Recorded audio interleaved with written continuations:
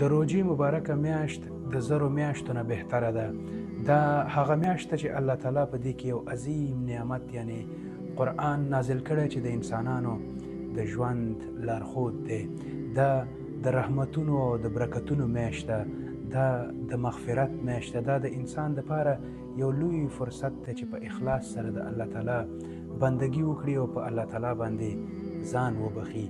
ابو هریره رضی الله عنه فرمایي یو ځل پیغمبر صلی الله علیه وسلم وفرمایل د جنت 8 دروازې دي چې هغه کله بند او کله خلاصې وي.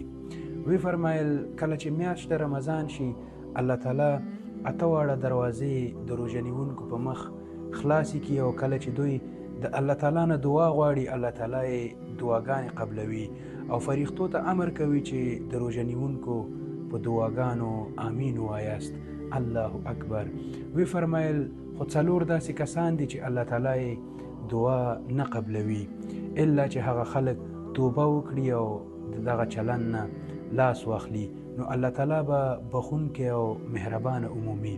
هغه صلی الله علیه وسلم وفرمایل لومړی هغه کس ته چې د مور او د پلار نافرمان وي او د هغوی زړه ازارونکی وي الله تعالی دعاګانې نه قبلوي.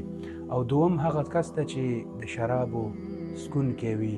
وی فرمایل دریم هغه کس ته چې د خپلې کورنۍ سره جنګیږي او د خپلوانو سره خپلولي قطع کوي. څلورم هغه کس ته چې په زړه کې نورو ته کینه ساتي. الله اکبر. الله پاک ته